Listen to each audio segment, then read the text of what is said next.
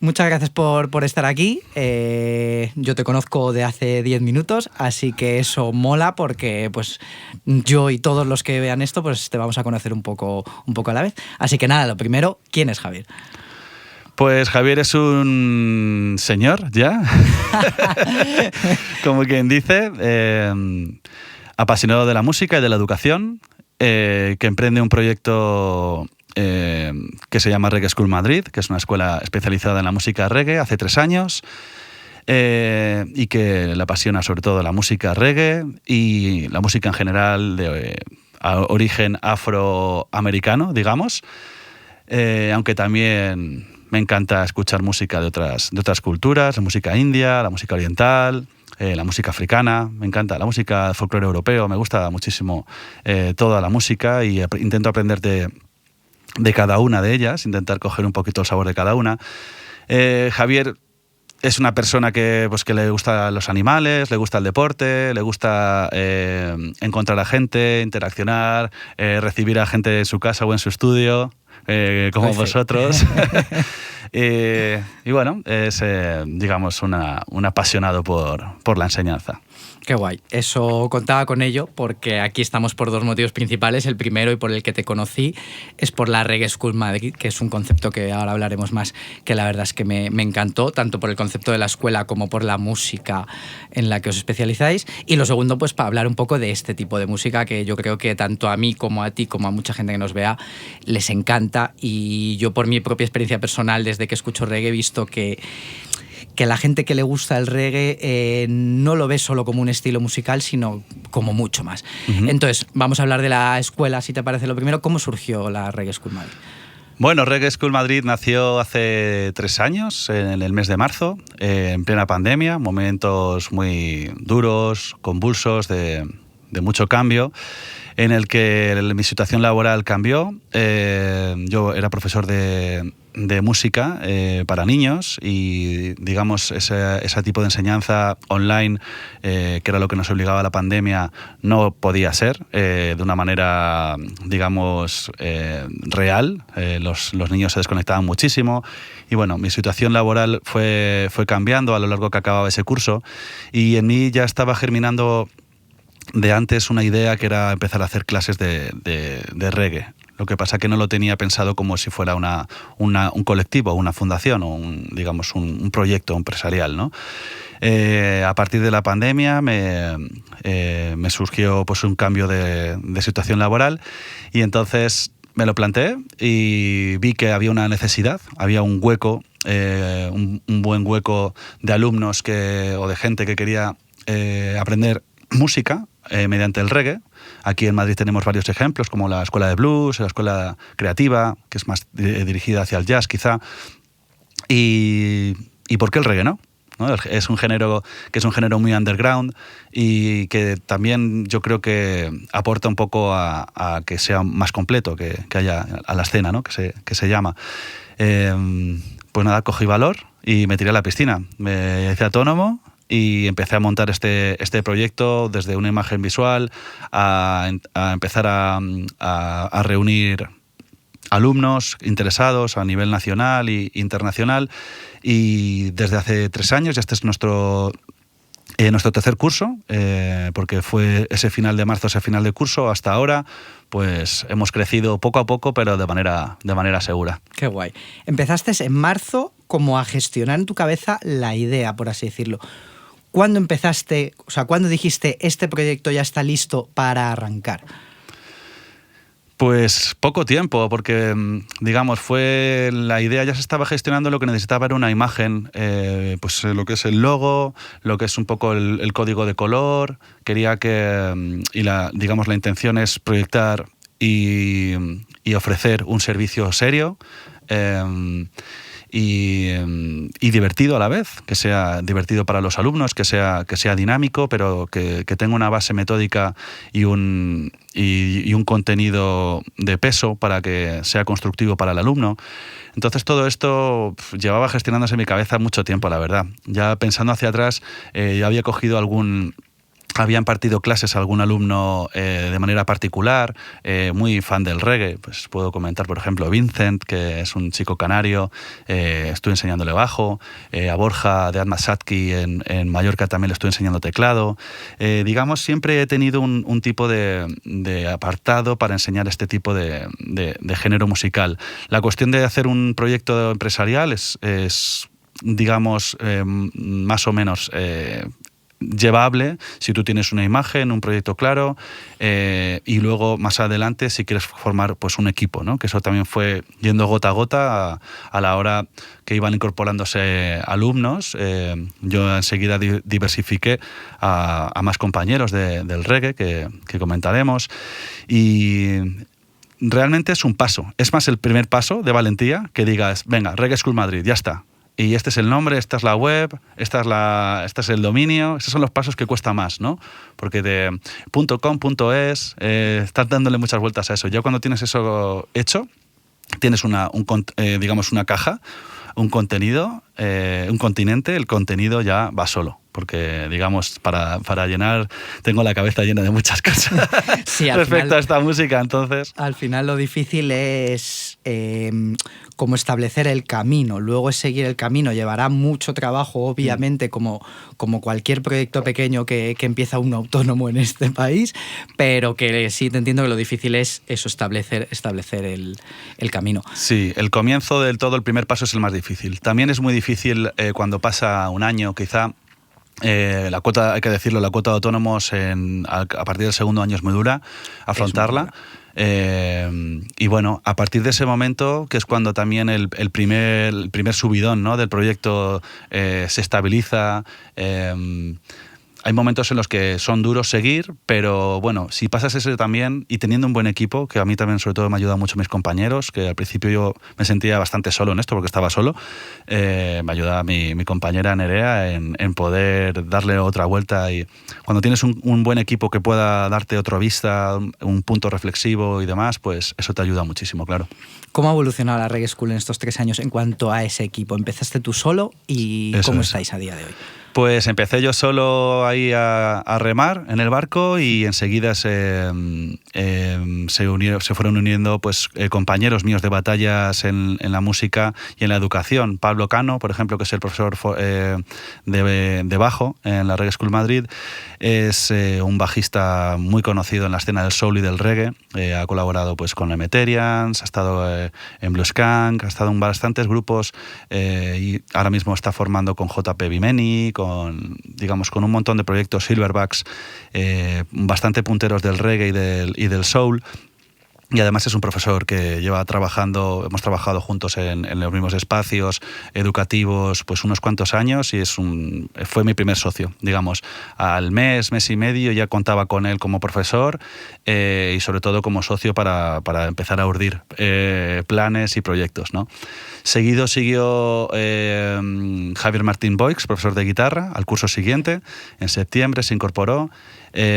Como profesor de guitarra, Javier, y como guitarrista es un gran fichaje. Es una persona además súper cariñosa y respetuosa de los tiempos del alumno. Es una maravilla de persona, y es un cañón en la guitarra, es fuego puro. O sea, es un tío que es un gran guitarrista de blues, de afro, de reggae, por supuesto. Ha estado también en bandas como Emeterians, Mighty Megatons. Un cañón de tío. Y además es una persona que aporta muchísima frescura al equipo, ¿no? También, aparte de tenerlos como instrumentistas y digamos como partes del equipo, aportan cada uno, ¿no? Pablo es un poquito más sereno y te pone los pies en la tierra. Javi es más fuego y da muchísimas ideas.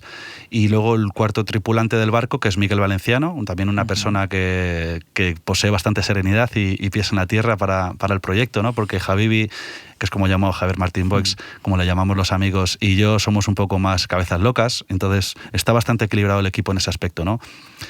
Miguel Valenciano es el profesor baterista de Reggae School, es un gran artista también que ha participado en proyectos como la Ruskank, de baterista, en La Casa, que es una banda de flamenco fusión. Y es también un profesor bastante experimentado. Tiene un estudio de grabación en Colmenarejo, Coban Music Studio, junto a David Arribas, otro compañero que también está colaborando con la Reggae School.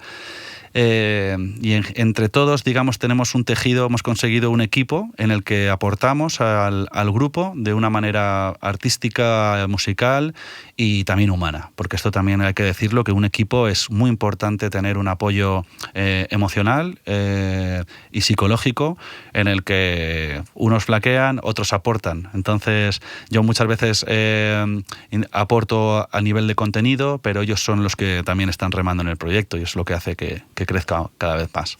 Luego estás tú, que falta hablar de ti, que eres profesor de piano. Sí, yo me olvido siempre. Yo soy profesor de teclado, tanto piano como órgano Hammond. También soy profesor de producción y mezcla, que es un curso que tenemos para, digamos, productores y productoras. Y también soy el profesor de canto. Voz, armonía, composición, ¿vale? O sea, estas 3 ramas son las con las que me he quedado. Al principio del todo yo daba todas las clases. Sí, me has dicho antes que eras multiinstrumentista, así que... Acababa una clase de batería en Valladolid y empezaba una de bajo, luego me iba al teclado. Era un poco locurita, porque además yo no tengo tanto conocimiento en bajo y en batería, entonces también esta diversificación en el equipo ha sido para que cada profesor que estamos dando cada instrumento sepamos lo que estamos haciendo y que tengamos un bagaje suficiente para que el alumno pueda notar calidad, ¿no?, en el servicio, efectivamente. Tú empezaste tocando el piano, ¿fue tu primer instrumento? Mi primer instrumento no, fue la guitarra. Yo en todas las bandas he colaborado como guitarrista y cantante. Y el teclado llevo con él 4 o 5 añitos estudiando. Desde aquí mando un gran saludo a Xavi Ontoria, que es mi profesor de teclado, un gran persona en el mundo y en la escena madrileña, por supuesto. Y también estoy estudiando bajo. O sea, también estoy estudiando percusión latina y sobre todo producción y mezcla, que es lo que llevo también pues más de 5 o 6 añitos, todo muy a poco, porque son muchos instrumentos, cada uno tiene su código, pero sí, al fin y al cabo, la educación lo que me ha dado ha sido poder entender la música como un todo y que abarco mucho y que intento apretar. O sea, al fin y al cabo es dedicarle cada día un pequeño rato a cada instrumento y haciendo esto a lo largo de los años consigues tener un conocimiento pues, mediano o avanzado de cada instrumento, cómo funciona y sobre todo cómo poder enseñarlo, ¿no? Sí, que al final también de cara a la música en general ya no es solo enseñar, sino en cuanto a entenderla, sí que te abre la mente mucho el saber cómo funciona cada instrumento, aunque sea eso, cómo funciona armónicamente y físicamente cada uno. Qué guay. Las clases, la metodología de enseñanza de esas clases. Ahora que sois varios, cada uno establece su propia metodología y luego la ponéis en común.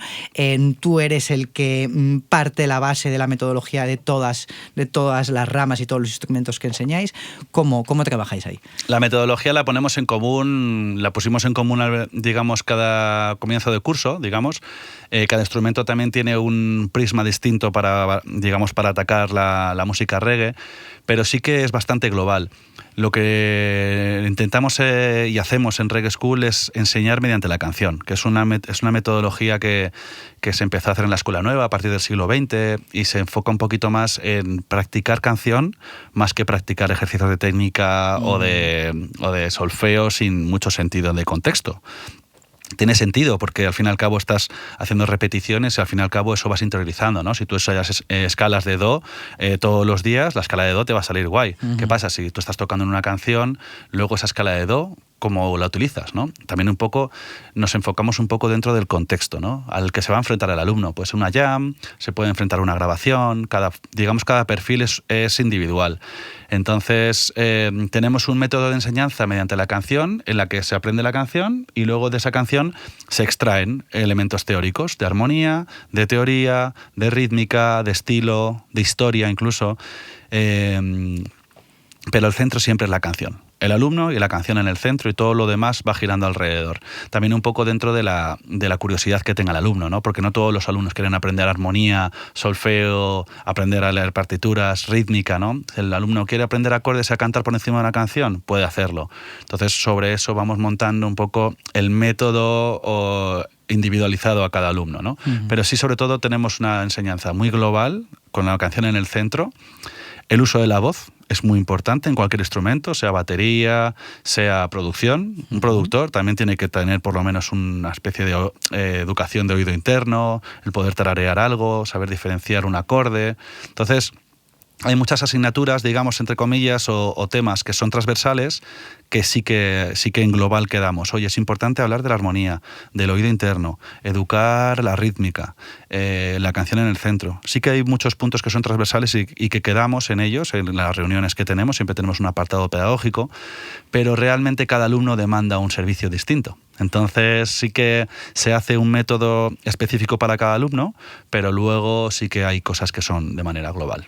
Y en cuanto a niveles, en cuanto a lo que sabe cada alumno o futuro alumno tocar un instrumento, también estáis abiertos. Es decir, ¿habéis tenido gente que no ha tocado ningún instrumento y de repente empieza con vosotros? Sí, el empezar de cero es lo mejor que puedes hacer. Además, sobre todo en una escuela, empezar de cero, si tienes suerte de tener una sintonía con el profesor y que sea una experiencia positiva, es muy buen comienzo, porque... Bueno, el buen comienzo también ser autodidacta, ¿no? Pero en una escuela vas a aprender a caminar con gente que ya tiene bastante experiencia. Es que Víctor Buten lo dice mucho con los bebés. Un bebé aprende a hablar con gente que son muy doctas, ¿no? Que, digamos, la madre no está diciendo, no tienes que poner la boca así y tal, ¿no? Ella va hablando y el bebé se va empapando y el bebé va probando y cuando acierta, eso es.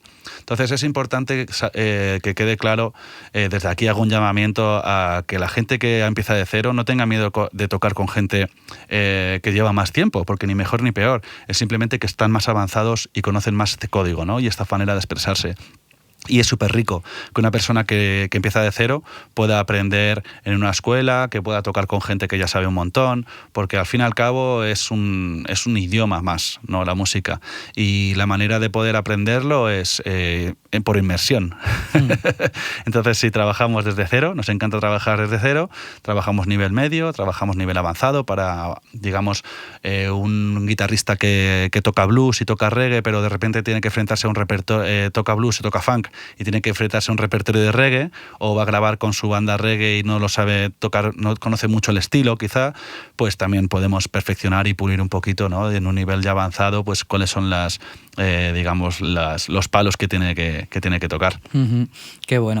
Y en cuanto a las clases online, ¿cómo están planteadas? O sea, sí que es verdad que yo entiendo, yo soy el primero que me surgen dudas en cuanto a se aprende igual estando online que estando presencial, sobre todo algo musical, que realmente yo creo que el alumno necesita que el profesor le observe de cerca y le escuche de cerca. Si yo soy un alumno que no tiene a lo mejor los medios disponibles, no tiene unas cámaras de calidad o un móvil de calidad para que mi profesor pueda ver lo que yo hago, aún así puedo estar en vuestras clases. Perfectamente. Con que tengas un dispositivo que tenga conexión a internet y ofrezca una calidad de imagen y sonido decente, o sea, más o menos, con un Android, con un teléfono móvil Android. Yo, vamos, en mis clases de repente está el alumno y de repente se le cae el móvil. O sea, esto hay de todo. Te encuentras de todo y con todo se puede trabajar. Sobre todo es tener una conexión de internet que digamos, las tecnologías hoy en día permiten tener una videollamada con calidad. Esto a lo mejor hace 5 años era imposible porque los tiempos de respuesta eran muy... Y además, no solamente en las ciudades, cuando ya te metes en el mundo rural, el internet, hasta luego. Pero sí, perfectamente funciona. Yo no daba... O sea, cuando empecé esto, no daba un duro. Por la educación online, porque yo siempre he trabajado físico con niños, con adultos, con jóvenes, con adolescentes, y la música siempre la he entendido como algo humano, como lo que tenemos aquí ahora, ¿no? Esta entrevista. Es algo que aprecio muchísimo, el tener una clase presencial, pero he conocido y me he convencido que la educación online es perfectamente legítima y funciona. Tanto instrumentos de teclado, guitarra, la voz, la producción... todo online nos ha funcionado y de momento nos funciona. Muchos alumnos que es que esto es una manera muy fría, yo prefiero presenciales. Prueba un poco el online, porque el online al fin y al cabo es más la interacción que tú tengas. Está claro que estás hablando en una pantalla, pero no te estás ni moviendo de tu casa, no te estás gastando dinero ni contaminando para transportarte, y cuando acabas la clase estás en tu casa y haces lo que quieres. Para nosotros también es un gran pro porque podemos tener alumnos de diferentes sitios, en diferentes localidades. Acabo una clase en Valladolid y empiezo en Alemania. Acabo en Alemania y sigo en Suiza. Y así, a golpe de clic. Para nosotros es un gran avance, además de poder disponer de los instrumentos. No tengo que ir con mi tecladito de casa a casa o con mi guitarra en la bici, como iba antes, de casa a casa. Iba con una guitarra clásica, ahora puedo tener un bajo, un Fender, puedo tener estas guitarras de aquí. Al fin y al cabo, para nosotros es una apuesta de calidad. Sobre todo, y de comodidad. En origen fue por sanidad, claro, y por seguridad, pero eso ha desembocado a un nuevo paradigma en la educación, que es la educación online.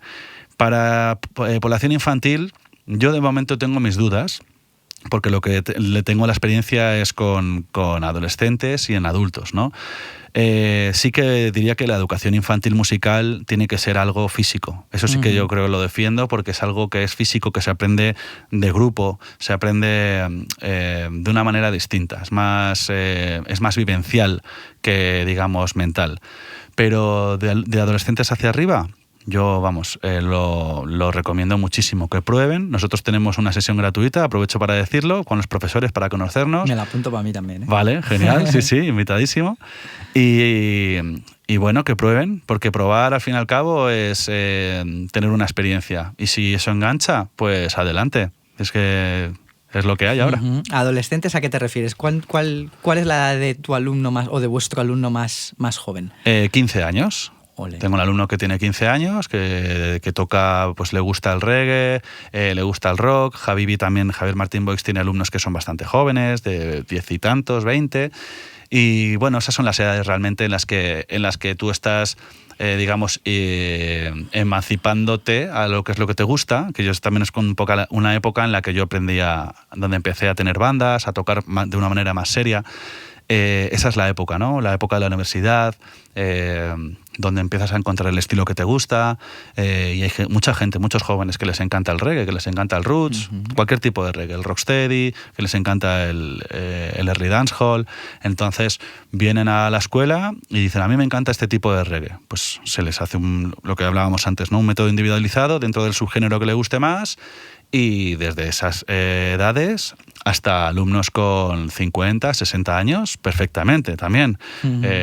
Van a otro ritmo, con gente ya con más edad tienen otro ritmo, pero son mucho más constantes también, eso también hay que decirlo, más responsables. Entonces, bueno, al fin y al cabo es una maravilla. Cada tramo de edad, también género, es distinto también, enseñar culturas, gente pues que vive en Alemania o en Suiza, es diferente. O sea, al fin y al cabo, el tener una diversidad en la escuela es lo que nos da a nosotros una riqueza en nuestra enseñanza y un gran legado.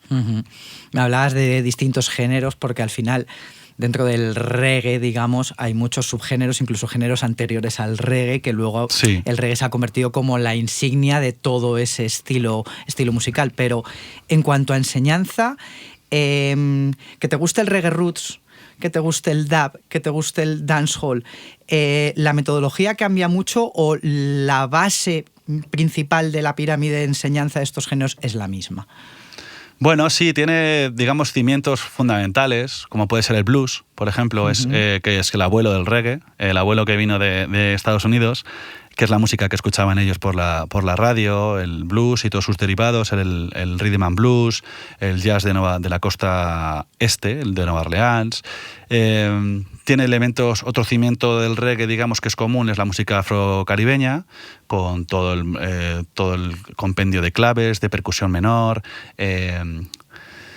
Hay muchos cimientos que son transversales y que son comunes al reggae, dependiendo también la época, ¿no? Porque digamos como que hay el otro día lo hablaba con Javier Martín Boix, que me comentaba que hay como paralelismos entre la música de Estados Unidos y la de Jamaica. En la época del rhythm and blues se habla más de ska. Ocurría el ska en Jamaica. En la época del soul ocurría más el rocksteady, en la época de los tríos vocales, de ritmos un poquito más calmados. En la época del funk coincidió con la época del roots. muchísima influencia en los ritmos y en el uso de instrumentos, y en la época del dancehall con el nacimiento del hip hop y otros géneros, ¿no? Digamos que la música no conoce fronteras, como quien dice, aunque lo enfocamos un poquito en Jamaica o en Europa, en Londres, tiene bastantes capitales el reggae. La música es un todo, histórica y geográficamente. Entonces, todo tiene influencia sobre el todo. Entonces, una cosa muy curiosa es analizar un subgénero, qué influencias tiene y ir yéndote a esos sitios. En las clases de guitarra, por ejemplo, se trabaja mucho blues, porque, digamos, las melodías son muy blueseras. En las clases de bajo se trabaja el soul, porque tiene melodías y armonías muy mayores. En las clases de canto se trabaja el soul también a la hora de armonizar. En la producción se habla de casi todo, de la música más moderna, ¿no? Para ver las nuevas estrategias de producción. Al fin y al cabo es un todo, pero sí que hay, digamos, pequeños campos, ¿no? Digamos, cronológicamente sobre todo. Ska, rocksteady, roots, early dancehall, estas etiquetas que siempre se han puesto están, pero bueno, hay como las líneas no son muy definidas, o sea, dónde empieza el roots y dónde acaba el early reggae. Es bonito también verlo, estudiarlo y ver qué se puede sacar de cada uno. Uh-huh. ¿Tú cuándo empezaste a tocar la guitarra, más o menos? ¿A qué años? Pues yo con la guitarra que tienes a tu lado empecé a tocar cuando tenía 10. Esta era la guitarra de mi hermana. Uh-huh. Se la robé. Se la robaba. Sí, ¿no? Sí, la tenía en el cuarto de al lado y la pillaba para tocar canciones de Bob Marley y de Nirvana, que era lo que me gustaba en aquella época. Con 12 años ya empecé. Y a partir de entonces, sin parar. Tocaba de manera autodidacta. Luego me formé como profesor en la Universidad Autónoma, magisterio musical. Luego me formé como psicopedagogo en la Universidad Autónoma de Madrid también. Y como músico me he formado con profesores particulares, siempre con compañeros que he visto que tienen una gran didáctica y buen nivel para poder aprender de ellos. Pero me considero un músico bastante autodidacta, uh-huh. Que se busca las castañas. Además, en reggae, lo que te decía antes, no hay centros formativos hasta ahora. No hay métodos, hay libros, pero que son muy vagos. Bueno, hay proyectos que son bonitos, como por ejemplo el de This is Ska, de Josep Blanes, que es un proyecto de partituras. Entonces hay gente que sí que está interesada en sacar proyectos y métodos, pero no hay algo todavía... hasta ahora no había algo que sea central, ¿no? o que podría aportar un método de diferentes instrumentos. Dices que con 10 años ya escuchabas Nirvana y Bob Marley. Sí. ¿Lo escuchaban en tu casa? Claro, sí. Mi padre siempre ha tenido muchísimo amor por la música y mi madre también. Y siempre tenía el vinilo en el salón para poner vinilos de Police, de R.E.M., de Beatles. Al fin y al cabo son músicas sobre todo de origen americano, de folk y del pop americano, que se quedan en tu cabeza y luego se producen muchísimos ecos. O sea, cuando aprendes una canción de The Beatles, a lo mejor la llevas escuchando 30 años y por fin entiendes qué está ocurriendo, ¿no? Y cómo hacer esa receta luego en diferentes composiciones, ¿no? Pero sí, siempre ha habido música en casa. Mi padre tocaba la guitarra, mi hermana igual, y yo le salí el hijo creativo, el hijo artístico. Entonces ya también empezando con bandas allí digamos en el pueblo en el que crecí, empezás a desarrollar un gusto por un género y ya tiras más para allá. Pero yo he pasado por el blues, he pasado por el rock, he pasado por el heavy, he pasado por el folk. He tenido muchas etapas, pero siempre el reggae ha estado ahí. Uh-huh. Empezaste con lo que escucharía tu padre, que era un poco Bob Marley, sí, que es lo más conocido, lo que más llegó. ¿Recuerdas qué otras influencias, qué otros artistas, qué otras bandas te marcaron tu adolescencia en cuanto al reggae se refiere? Sí, a mí en el disco de Bob Marley que tenía mi padre había un cantante que no era Bob Marley, que yo lo reconocía, digo, ¿este quién es? Y ya lo miré y dije, Peter Tosh. Uh-huh. Claro, no era internet en la época, y buscaba a Peter Tosh pues, por tiendas, me iba a tiendas de vinilos y me compré un par de discos de Peter Tosh. De ahí conocí ya también a Dennis Brown. Digamos, fui empezando el iceberg, pero por lo más visto, ¿no? Por lo más visible, por la punta. Y ya de ahí fui cavando, fui investigando un poco. Y en esa época pues fue digamos una mezcla del reggae, del rock, también del rock americano, pues la época de Rage, la época de Pearl Jam, la época del rock nacional también, me gustaba bastante porque había muchísimas bandas que mezclaban el reggae con el rock y esa mezcla me encantaba, de Potato, bueno, era un momento muy bueno, un momento de gran explosión de bandas y de sellos discográficos con el momento álgido del CD, etcétera. Entonces, desarrollé muchísima afición y desarrollé mucho mi oído, porque lo que te decía, no había internet y tenías que sacar todas las canciones de oído, ¿no? Entonces también desarrollé muchísimo oído interno. Y bueno, sí, esa época fue bonita porque también nunca me separaba de lo que había escuchado en casa, también música clásica, los grandes clásicos también de aquí, de la escena de la península, cantautores por parte de mi madre, etcétera. O sea que tengo una mezcolanza que luego me ha hecho apreciar la música en todo. Ahora estoy mucho con el latín, como que luego al fin y al cabo vas completando un poco el cuadro, ¿no? El puzzle. ¿Y qué es, o qué crees tú que es lo que musicalmente más te enganchó del reggae? Yo te reconozco que yo hasta hace a lo mejor 8 años, dentro de que a mí me gusta la música, sea el género que sea, pero sí que no era un género que yo consumía a nivel particular estando solo, porque me parecía monótono, me parecía muy lineal, y yo venía, pues como tú, del rock, del el hip hop rock que mezclaban con el nu metal, sí, etcétera, que instrumentalmente, o sea, yo siempre he valorado mucho los instrumentos por encima a lo mejor de las letras vocales, porque al final yo todo lo que escuchaba casi siempre era en inglés y no tenía un nivel de inglés como para entenderlo, es decir, yo la voz siempre la he entendido como un instrumento más. Y sí que es verdad que en todos estos géneros que yo consumía cuando era adolescente, musicalmente, instrumentalmente, aparte de ser muy visuales cuando tú ibas a un concierto, eran muy locos. Si escuchabas rock, la batería era muy potente, el bajo estaba ahí, la guitarra se lucía mucho, la voz se lucía mucho. Sí. Cuando a mí, conocidos míos, me empezaron a enseñar reggae, yo no veía eso. Yo no veía un lucimiento de músicos que a lo mejor desde mi ignorancia de adolescente era lo que yo buscaba. Claro, tú, ¿qué fue lo que a ti te enganchó principalmente de esos ritmos, de esa música reggae para decir, wow, me llena? Principalmente lo que sueles escuchar como humanos que somos es la voz. La voz es lo que más está preparado nuestro sistema auditivo, ¿no? Porque es a lo que respondemos desde bebés. Lo primero que más me llamó la atención fue la voz, la manera de cantar que tenían, esos gritos que eran muy parecidos a los del blues, sobre todo la manera de cantar de Bob Marley es algo súper llamativo, una virtuosidad y una expresividad de poner la emoción en la voz, que puede tener como Camarón, como cualquier cantante de blues. Es un quejío caribeño que a mí la verdad me dejó prendado, o sea, no había nadie que cantara así. Lo siguiente fueron los bajos. El sonido del bajo del reggae no lo escuchaba en muchos géneros, a lo mejor en el hip hop, en la música más electrónica de la época, pero era distinto, era un bajo burbujeante, eran unos bajos que te daban en el...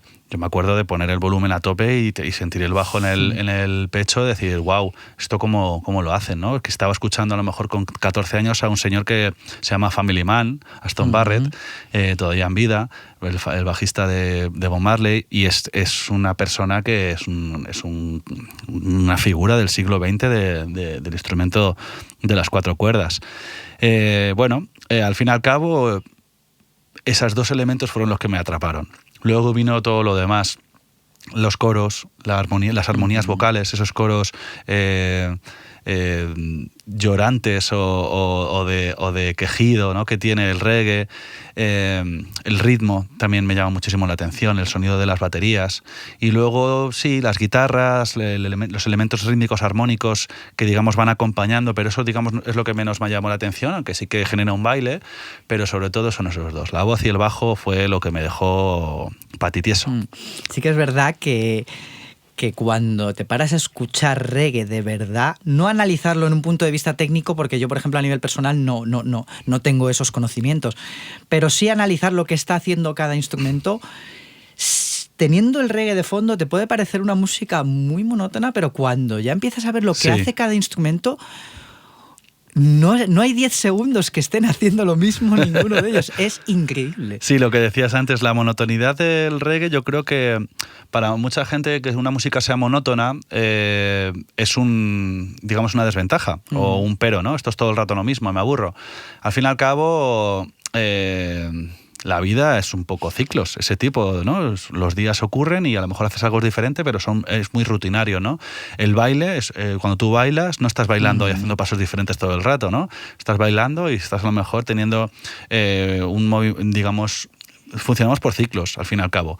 Y la música que tiene este tipo de sensación te genera concentración, por un lado, si te la pones para estudiar, te genera movimiento, puedes bailarla, y también te genera el poder escuchar al detalle. El detalle, ¿no? Pues si estás escuchando una música que es cambiante todo el rato, tu capacidad de concentración no llega al detalle mínimo. Entonces, en esta música que es música de polirritmia, digamos, que cada instrumento tiene un trabajo pequeño, pero entre todos forman una rueda rítmica,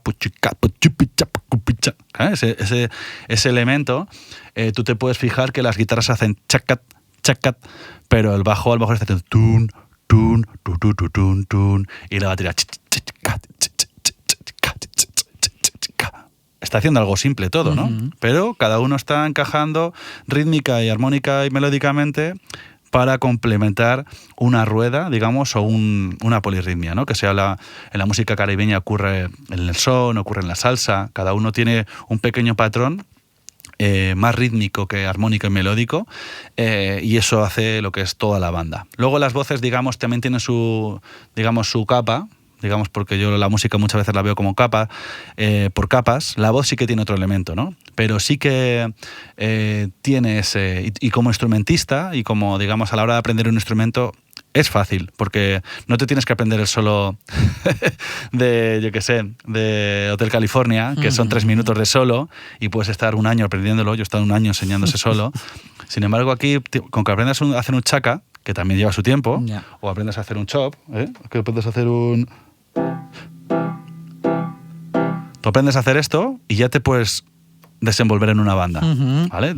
Alumnos a nivel muy básico de piano, con aprender 2 acordes y hacer un chop, han podido funcionar en una banda y disfrutarlo, ¿vale? O sea que, digamos, está hecho casi para todos los públicos, está hecho para todos los públicos que quieran acercarse al género, y a nivel de usuario o a nivel de cuando tú lo escuchas, sin, digamos, estar involucrado en la tocata de la música, es muy rico en eso, tiene mucho baile. Es una música que te hace bailar o que te hace, digamos, concentrarte en algo.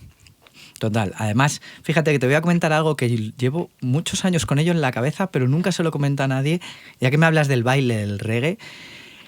He percibido, yo que a veces me da por analizar cómo baila la gente, incluido yo, en los conciertos de reggae, que hay como 2 tipos de personas bailando reggae en cuanto a la rítmica. Los que bailan a golpe de bombo, ¿sí? Y los que bailan a golpe de contra, a golpe de chop, como decías tú. Sí. ¿Lo has percibido tú alguna vez? Sí, hay muchos tipos. Digamos, la persona que baila... El baile es algo que está poco estudiado, yo creo, de manera... O sea, que está poco estudiado, que me refiero que es una actividad muy importante en lo como nosotros como humanos, desde el punto de vista antropológico. El baile como expresión es importante, pero el baile también es un elemento social. Entonces, si tú ves vídeos de Jamaica en los 60s, de cómo bailaba la gente ska, dices, se le va a salir el hombro, porque bailaban con unos balanceos enormes, ¿no? Y luego ves vídeos de bandas de rocksteady o de momentos de sound system con rocksteady y les ves balanceándose, ¿no? El baile también es una representación o un reflejo de lo que ocurre, ¿no? En un contexto sociocultural. En un momento muy agitado de Jamaica, quizá, y de celebración, la música que suena y la gente que baila, pues baila de manera muy enérgica y muy desenfadada, ¿no? En la época de la independencia de Jamaica, en una época de celebración de la independencia del colonialismo. Luego, digamos, rebajó todo y en el rocksteady la gente bailaba un poquito más pausada. En el roots bailaban un poquito más saltando, con reminiscencias afro, ¿no? Pero sí, digamos, el baile es una visión, es una mezcla de lo que yo creo es una visión interna con el grupo, ¿no? Con el que te estás desenvolviendo en la música que estás escuchando, ¿no? Pero sí que te permite bailar en lo que son el 1 y el 3, que digamos que son los tiempos fuertes de un compás.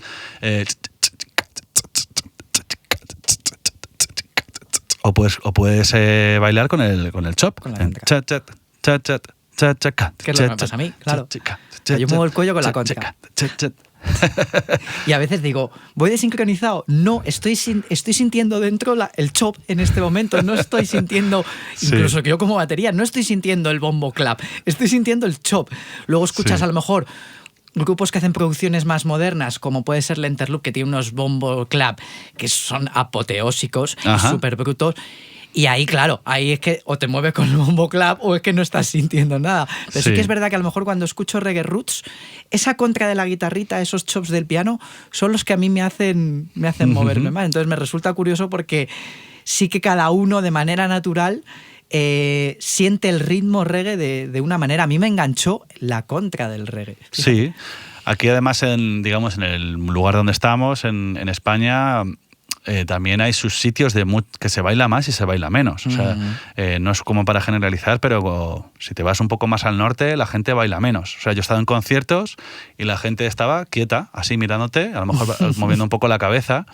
Eso también no quita que la gente que no baile no esté disfrutando de un concierto. Igual que en la música clásica o en otras disciplinas, la gente se está quietecita y dándose palmaditas en el muslo diciendo, joder, me está encantando este concierto, pero no estoy bailando. Digamos, el baile también es una expresión física que tú haces, sobre todo para generar una sinergia con el grupo. Estás con tus colegas, estás con gente bailando, pero tampoco es necesario. O sea, al fin y al cabo sí que te está educando, o estás, digamos, al fin y al cabo...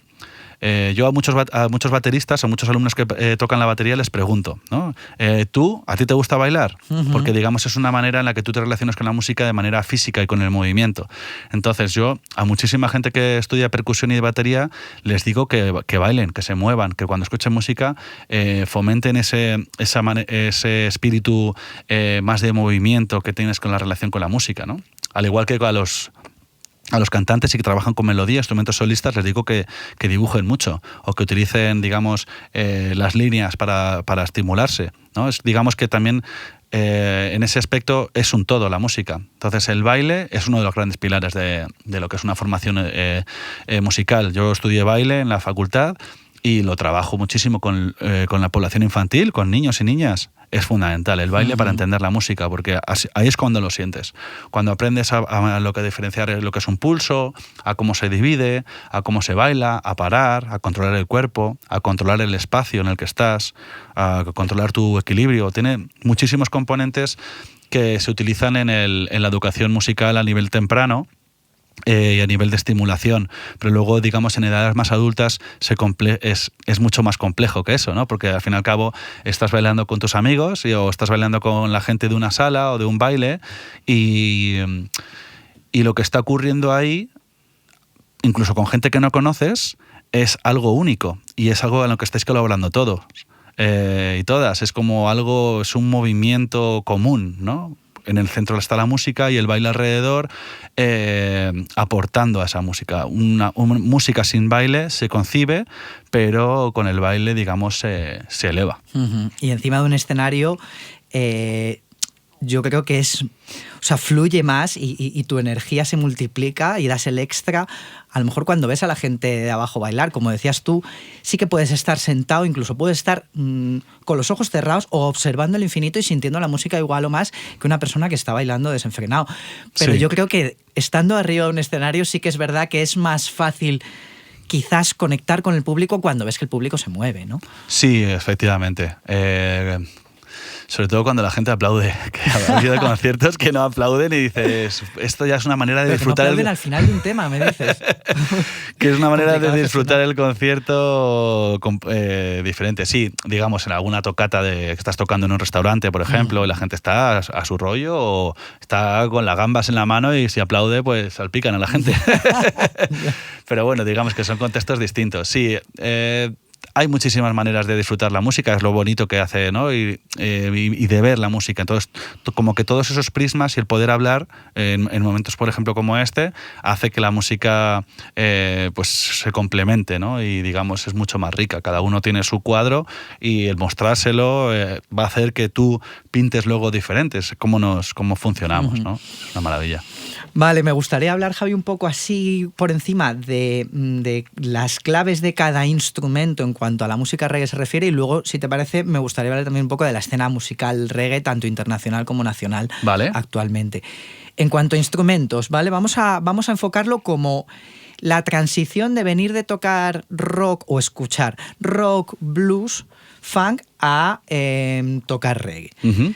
Vamos con la batería, por ejemplo, que es el único instrumento así que yo he hecho mis pinitos que pues, ¿cuáles son las grandes diferencias de venir de tocar rock a empezar a tocar reggae? Bueno, digamos, a nivel orquestal, a nivel de instrumentos, se suele hablar mucho en reggae de secciones. Como en una orquesta puede haber secciones de cuerdas, de vientos y tal. En el reggae se habla mucho del drum and bass, que no es el género, sino lo que es la batería y el bajo, aunque también está dentro de la percusión. La sección del rhythm, que es los elementos como órgano, piano, guitarras, que se ocupan del chaka, de los chops, de armonía rítmica. La sección más melódica, que pueden ser voces, vientos, instrumentos solistas, segundas guitarras, etc. Entonces, con esas tres secciones, digamos, se hace mucho juego en los directos, en las producciones. Es, digamos, como las grandes secciones del reggae. Ahora, dentro del drum and bass, la batería, el gran componente que los diferencia de otros estilos es muchas de las veces la ausencia de un golpe en el uno, en el tiempo fuerte, ¿no? Eso va a generar un baile totalmente distinto. O sea, si tú haces... a ese hueco que se genera del 1 es justo lo que estamos muy acostumbrados en Europa a marcar, ¿no? Pin, chan, tan, chen. Es como el bombo que nunca falta en el rock, el bombo eso del es. 1. Entonces, cuando tú le quitas eso, le dejas un montón de aire a la música y al baile. Entonces, como que tiene muchísima cadera, ¿no? Ese baile.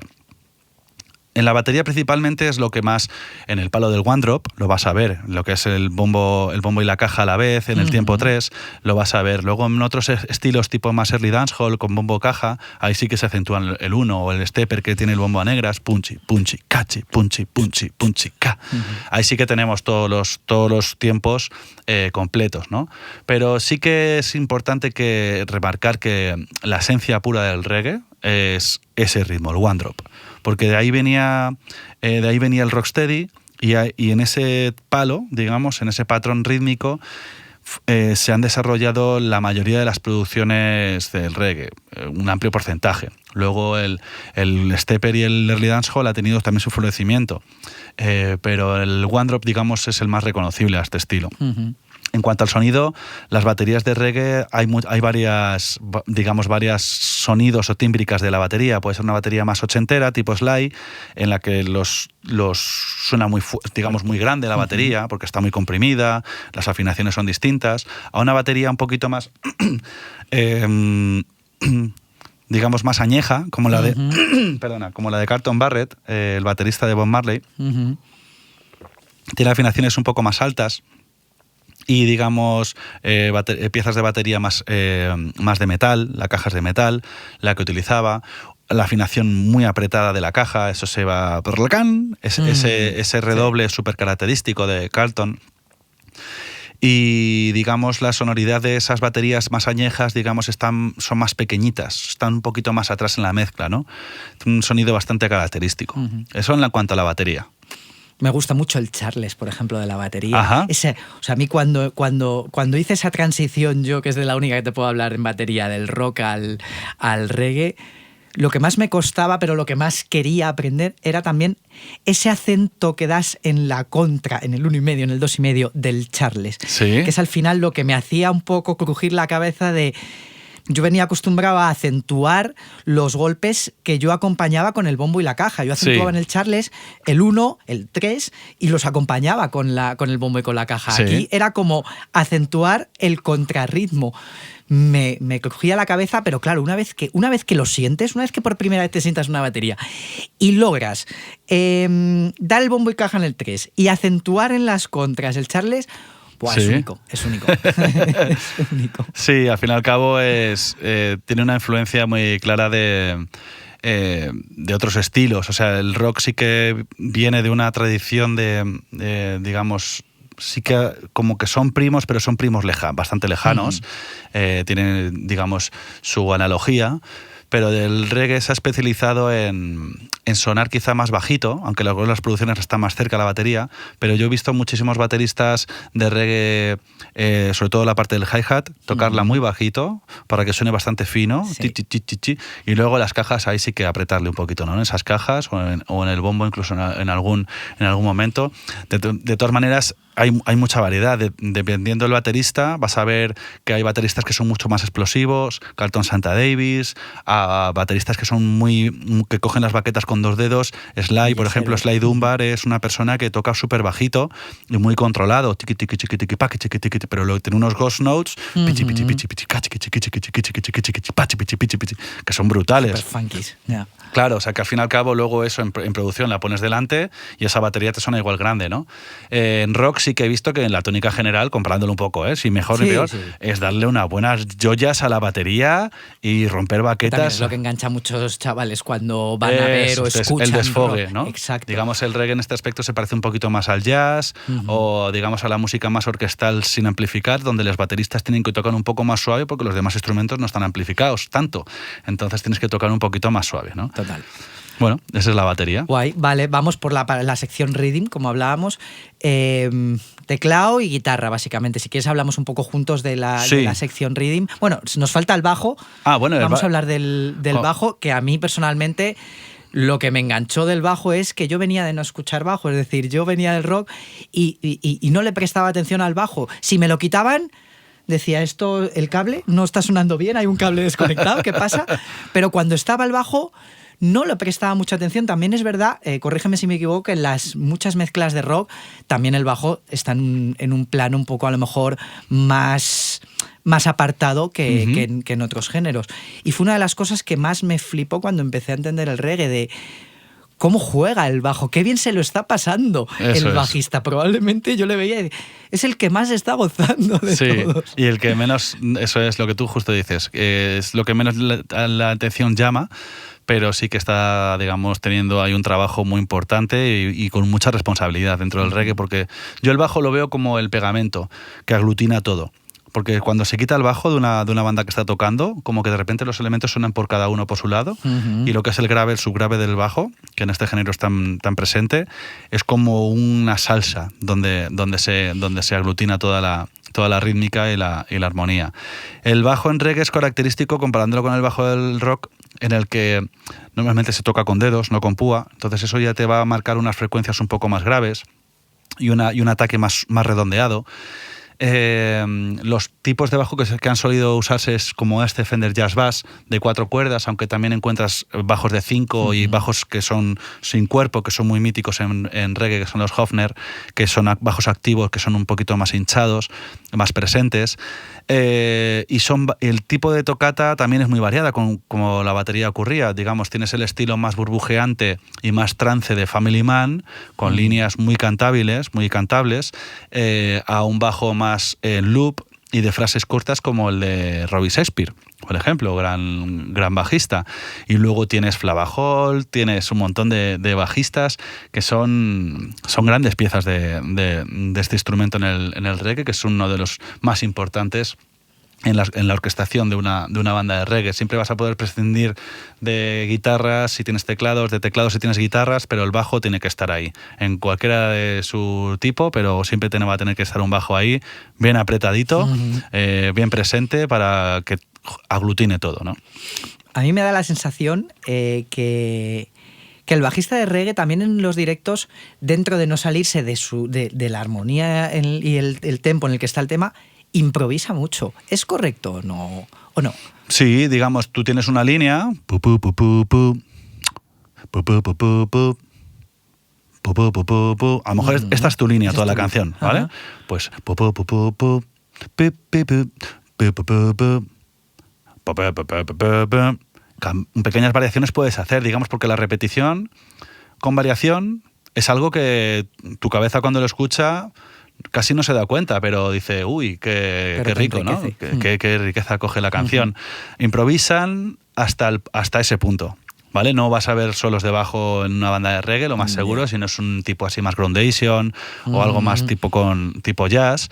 Es un instrumento que es de base, digamos, para que la cosa funcione, para que todo aglutine y, digamos, a la hora de darle un baile también más pesado a lo que es el ritmo, ¿no? Normalmente los bajos los vas a ver en reggae también, que tienen una estrategia, que esto Pablo habla mucho de ello, Pablo Cano, nuestro profesor, que es echar la música un poco para atrás, cada nota echarla un poquito para atrás. Tú tienes la batería bien cuadradita en el tiempo, pero si tú tienes un bajo que te echa cada nota o una nota en especial hay un poquito para atrás, te va a generar una especie de chicle en el baile que es muy notorio, muy característico, por ejemplo, de Family Man, de Aston Barrett, esas notas hacia atrás, que son algo como es un instrumento tan grave y no tiene un ataque tan preciso, tan notorio, te da una sensación de wow, de chicle, que eso ahora están utilizándolo mucho en músicas como el trap, se ha usado mucho en el hip hop, digamos, es algo que le da muchísima riqueza. Sí, ese groove así un poco más, eso es, más groove. Parado, más que llego, que no llego, más natural. Incluso yo creo que muchas producciones, incluso con instrumentos digitales, sí, también se simula ese groove para que no esté todo a tempo y aparte de que suene más natural, te haga sentirte un poco más, más vivo, ¿no? Y menos cuadriculado. Sí, toda la onda y digamos toda la parte lo-fi, que está muy explotada desde hace ya unos años, tiene esa característica, baterías que como que no encajan, los bajos igual, es como todo un poco descabalado, más sonido analógico, etcétera. Y eso sí que da un baile guapísimo. Muy guay.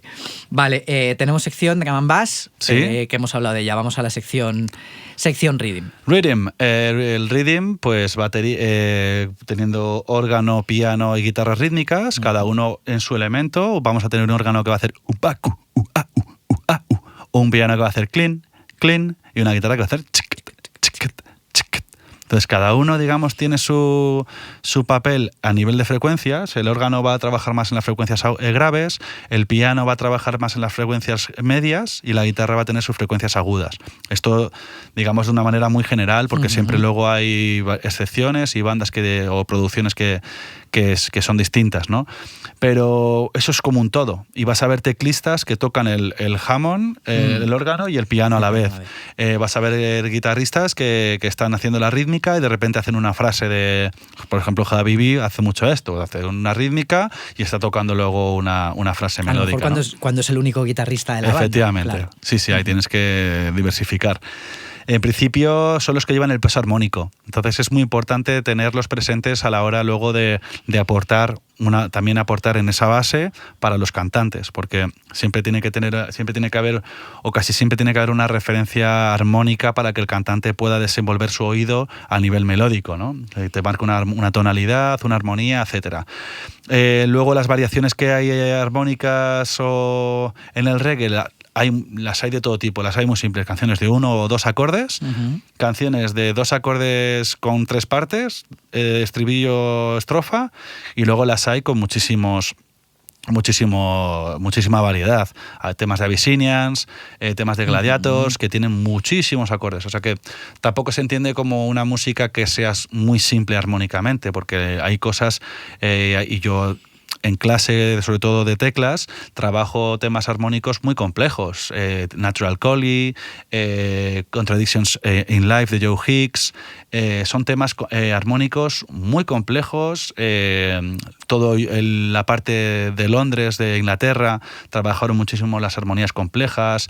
Matumbi, Dennis Bovell, toda esta gente cogía las armonías del pop o las armonías del jazz y se las llevaba al reggae. Entonces eso aportó muchísimo a la hora, dio mucha riqueza. Incluso la misma banda Police, que tiene una influencia reggae grandísima, tiene unas armonías guapísimas, porque esa mente que es de Sting, aporta muchísimo en la música desde su prisma, ¿no? Entonces sí, hay mucha variedad en lo que son la sección del rhythm, y es tan importante como cualquier otra.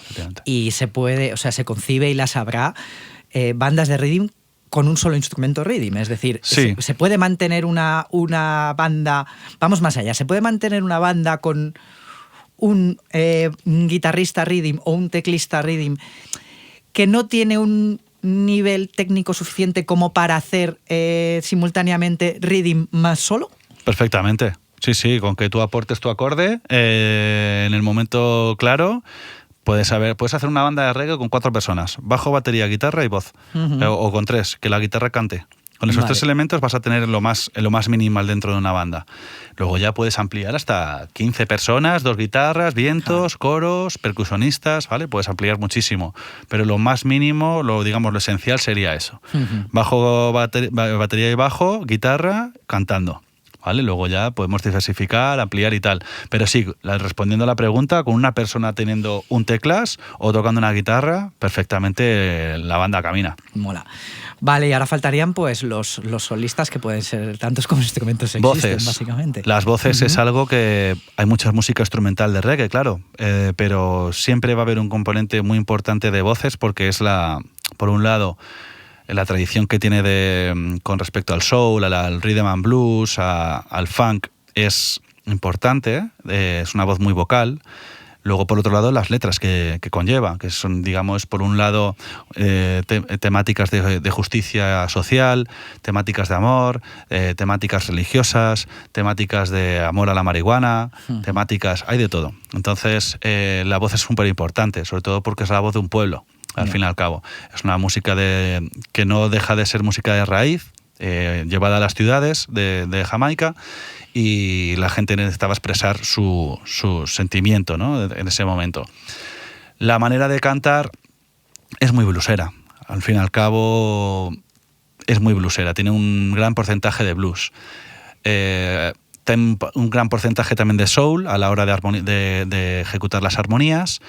De los grandes tríos de soul que luego se incorporaron en el reggae, como Touch and the Metal, Wailers, Meditations, Abyssinians, tríos vocales que cuando los oyes es que es un cum laude de la voz. Total. Porque tienen unos juegos de voces maravillosos. Y luego dentro de esta misma sección estarían los vientos, que al fin y al cabo también se trabaja como una sección, ya que pues, puede ser 1, puede ser 2, trompeta o saxo, trombón, suelen ser los más habituales, y también que se orquestan de una manera no parecida a las voces, pero sí a los vientos pues, de la época y con respecto a americano, pues tipo Nueva Orleans, tipo soul, así vientos más minimalistas, o digamos más jazz moderno, ¿no? A mí me da pena, aunque lo entiendo, que sí que es verdad que hay muchas bandas que a lo mejor pues por logística, por el dinero que van a ganar con ese bolo, no se pueden permitir llevar a una sección de vientos. Y sí que es verdad que dentro del reggae se sustituye muchas veces por un teclista que carga sonidos de vientos y los hace, pero la diferencia es abismal, obviamente, de cuando hay unos vientos a cuando no. Es difícil mantener una banda de reggae tan completa y con todas estas secciones y sobrevivir con ella.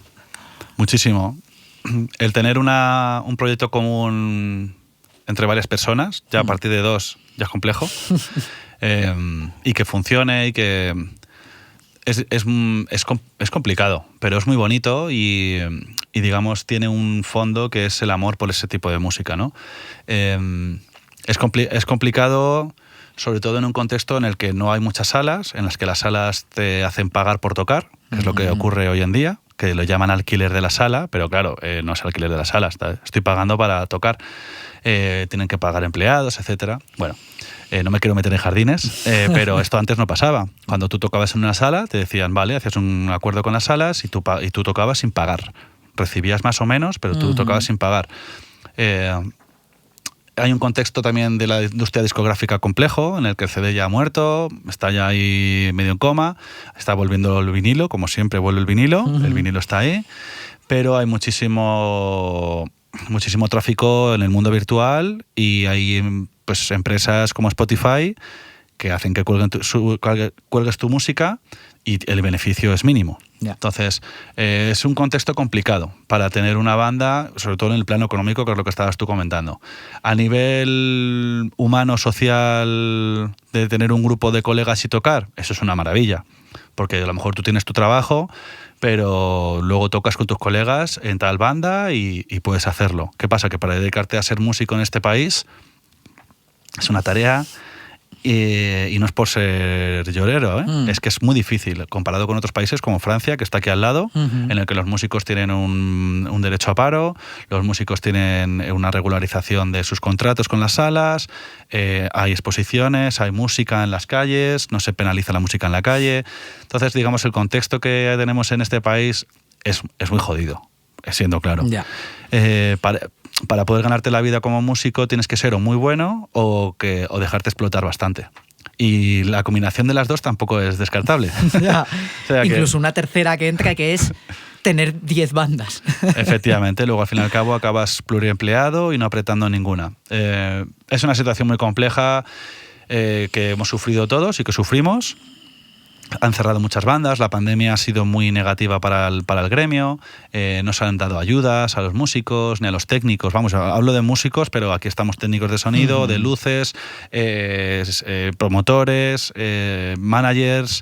Hay un montón de gente involucrada en esta industria. Las salas también son parte de esta industria, pero también tienen su responsabilidad dentro de poder dar cabida a conciertos sí o no. Entonces, bueno, yo los meto dentro de la industria, están dentro de la industria, pero también tienen su responsabilidad dentro de esto, ¿no?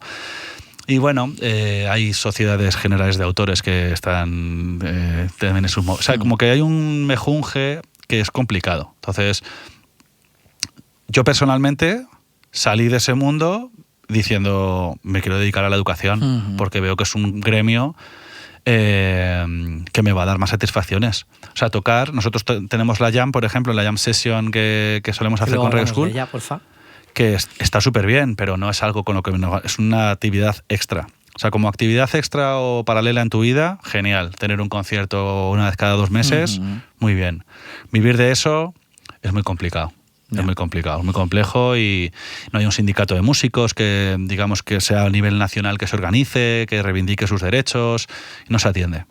Y bueno, pero yo también considero que es una parte que estamos en un punto en el que hay temas importantes que tratar, ¿no? De salud mental, de género, que son importantes que tratar, pero la cultura, que es lo que es la música en directo, hay que tratarlo también, porque es la identidad de un pueblo.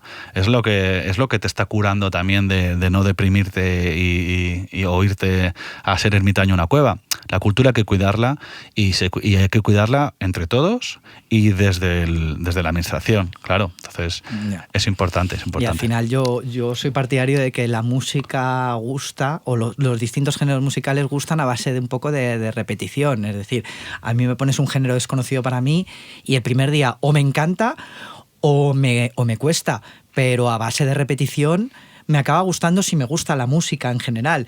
Entonces también yo creo que un poco el problema radica en que no hay, o al menos en este país, no hay esa variedad mainstream o variedad en los grandes medios o en los grandes lugares donde se escucha música de géneros musicales. Entonces, si a lo mejor se diversificara más esto, pues la industria funcionaría un poco mejor y habría cabida para todos los géneros, ¿no? Sí, es cuestión que nazca un poco de la administración, yo creo. Que legisle, que proteja y que dé garantías a lo que es la industria musical. La gente también tenemos una responsabilidad a la hora de consumir música. Consumirla por Spotify, en la que te tragas los anuncios y estás escuchando música de gratis, o comprar vinilos, ir a conciertos o ir a exposiciones de cuadros y digamos aportar, ¿no? Tenemos una responsabilidad que es opcional, no es obligada, pero la administración sí que está obligada a cuidar la cultura porque es el cometido. ¿Cómo se escucha reggae? Es decir, yo te reconozco que yo soy usuario de Spotify. Pero claro, en Spotify pues al final no está el reggae independiente, no está el reggae madrileño que acaba de lanzar un grupo su segundo EP y no tiene más. ¿Dónde está el reggae independiente? ¿Dónde se escucha el reggae independiente? Bueno, normalmente los canales han sido los canales clásicos en la radio, que ahora se hacen, digamos, se emiten en podcast, muchos de ellos. Hay muchísimos podcasts de reggae que aparte de darte novedades, te descubren temas que no conocías. Te dan historia también de lo que es la cultura del reggae, y además está generando promoción a los artistas. O sea, para mí la radio es el género sí o sí de difusión y de conocimiento, porque para mí ha sido un aprendizaje, ¿no? El reggae más underground también lo encuentras en el Spotify, porque hoy en día subir temas a Spotify es más o menos fácil con una distribuidora digital, lo puedes encontrar igualmente. Pero, por ejemplo, en canales de YouTube, tipo... Por ejemplo, no en el reggae, pero en Tiny Desk, por ejemplo, yo he conocido muchísimos grupos que no conocía de la música estadounidense. En reggae lo tienes igual en cualquier canal digamos, más orientado en podcast o, digamos, en canales de Instagram, ¿no? También en los bailes. O sea, si tú te vas a un sound system, que son eventos, digamos, de baile de música reggae, música de origen jamaicano, vas a encontrar un montón de temas que no conocías, ¿no? También el sound system es un gran altavoz para encontrar música nueva. A nivel de bandas, poco te vas a encontrar que estando aquí, en España, pocas bandas te vas a encontrar noveles o que sean de underground en una sala, sobre todo en Madrid. En Valencia, Cataluña, País Vasco, zona norte, Galicia, son sitios señalables donde puedas encontrar más música en directo que ahora en esta ciudad, que después de la pandemia se ha quedado muy, muy patitiesa con el tema de las bandas. Esperemos y trabajaremos para mejorar esa situación, pero la situación que hay ahora, muy difícil. Pero bueno, esos son más o menos los canales que te podría recomendar. Y en tema salas, ¿cómo...? O sea, las salas, o la gran mayoría de las salas, están cerradas a ciertos estilos musicales. O tú te puedes presentar con tu banda de reggae a una sala basándote solo pues en la ubicación, en el aforo, en el sonido, en el equipo que tienen, y tocar ahí sin que te pongan pegas por estamos cerrados a un estilo musical, nuestro público es de un estilo musical. ¿Cómo trabajan normalmente? La verdad es que sí. La verdad es que hay muchas salas que por llevar una propuesta de música reggae te dicen que no. O que han tenido una experiencia con la música reggae y te dicen, no, es que la gente del reggae no me consume. Yo he oído eso literalmente. Yeah. Entonces, bueno, sí, porque hacen botellón en la puerta y luego se meten a bailar solamente. Baja los precios de las copas, primero. Claro. Segundo, si la gente quiere tomar algo antes del concierto, ¿qué le vas a decir tú? Por otro lado, no se considera un estilo de música serio. Y digamos, o serio al mismo nivel que el jazz, que el rock, que el rhythm and blues o que la música swing. Reggae School nació un poco también por eso, para aportar una seriedad a lo que es el género, para aportar una escena profesional, para, digamos, recuperar un poco ese sentimiento de que es una música igual de loable que otros géneros. Bueno, pues en base un poco a lo que hablábamos, sí que es verdad que se me viene ahora a la cabeza las dificultades que tengo yo y gente de mi entorno a nivel personal para encontrar eventos de reggae a los que acudir un viernes, un sábado, un martes que te apetece disfrutar de reggae en directo. ¿Dónde está esa info? ¿Cómo la podemos conseguir? Bueno, la info, como te decía, no está centralizada en un mismo canal. Vas a tener que escuchar un par de radios en podcasts que os puedo recomendar. Vas a tener que leer algo de blogs, quizá, o de algún canal de Instagram que pueda llegar a alguna información. Los perfiles de las bandas, tener un poquito abierto ese canal, ¿no? En cuanto a los hashtags de Reggae Concierto Madrid. Está complicado. Yo he trabajado varios años agendando en una radio de reggae aquí en Madrid y me costaba. Teníamos la plataforma de reggae.es en aquel entonces, que era una página que centralizaba un poco los conciertos de reggae, que estaba formada por la ACR, la Asociación Cultural del Reggae, unos grandes de aquí, promotores de la cultura reggae y de la música. Pero ya no sigue más. Entonces hay que buscarse un poquito las castañas. Entonces hay que estar atento. Hay al Facebook también, por los eventos del Facebook. También hay que, pues eso, tener en cuenta que hay muy pocos bolos y que los bolos que vas a encontrar así, una búsqueda rápida, van a ser los más comerciales, entre comillas, digamos. Y lo más underground te va a costar un poquito más encontrarlo. Bueno, a lo mejor ahora cuando terminemos esta entrevista fuera de cámaras te pido un poco de consejos más allá para intentar yo también aportar mi granito de arena promocionando estos bolos, porque yo soy el primer interesado en ir a ellos. Perfecto. Los que sí que están, lo que no sé es cuánto, y quiero que me expliques un poco cómo funcionan, son las jam sessions que hacéis, que si no me equivoco son jam sessions que organizáis en la Reggae School en Rock Palace, ¿verdad? Eso es. Vale, hasta ahí es lo que sé. Cuéntame más. A ver, las jam sessions nace como apetencia y necesidad de organizar algo en la escuela que sea a nivel grupal, ¿no? Al ser una escuela online y, digamos, de un carácter individual, las clases se realizan de uno a uno. Hace falta y tenemos la necesidad y nos surge la idea de conocernos, de vernos, de abrazarnos, de tocar juntos y de pasar un buen rato en familia. Estos eventos, digamos, son abiertos a cualquiera que quiera venir a la jam. Lo que pasa que sí que es un evento, digamos, en el que el núcleo es la escuela con los alumnos, ¿no? Es un momento que tenemos nosotros también para celebrar el trabajo que hemos hecho y el esfuerzo que han hecho los alumnos por estar en la Reggae School y por digamos, darle caña a los temas. Pero luego es un evento totalmente abierto. A cualquiera que venga puede subirse al escenario, a tocar, a participar, a cantar, a bailar, a divertirse. Además es un evento que solemos hacer en un horario, digamos, matutino, a la hora del vermú. Entonces viene bastante gente con familias, con niños. También es una música bastante en la que los niños suelen pasarlo bastante bien. Es una música de baile bastante movida y que digamos normalmente tiene una energía muy positiva, ¿no? En el Rock Palace es una sala que ha apostado casi siempre por la música en directo de reggae. Organizan varias sesiones de música también en disc jockey, de reggae, y es donde hemos realizado estas últimas 2 jam sessions de la Reggae School Madrid.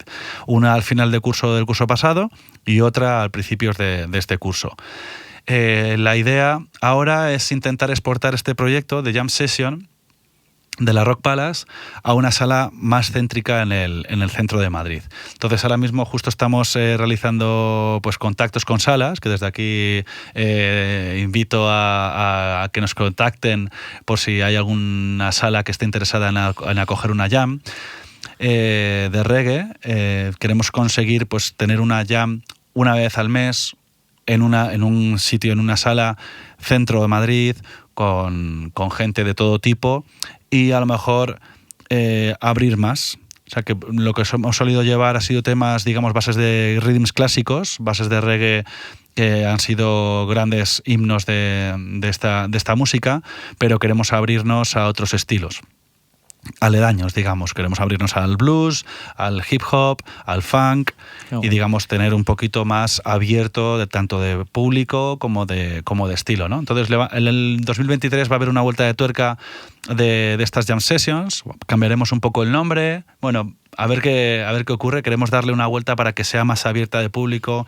más abierta de género y que incluya más, ¿no? Y que sea más interesante, pero que siempre pase por el reggae de alguna manera.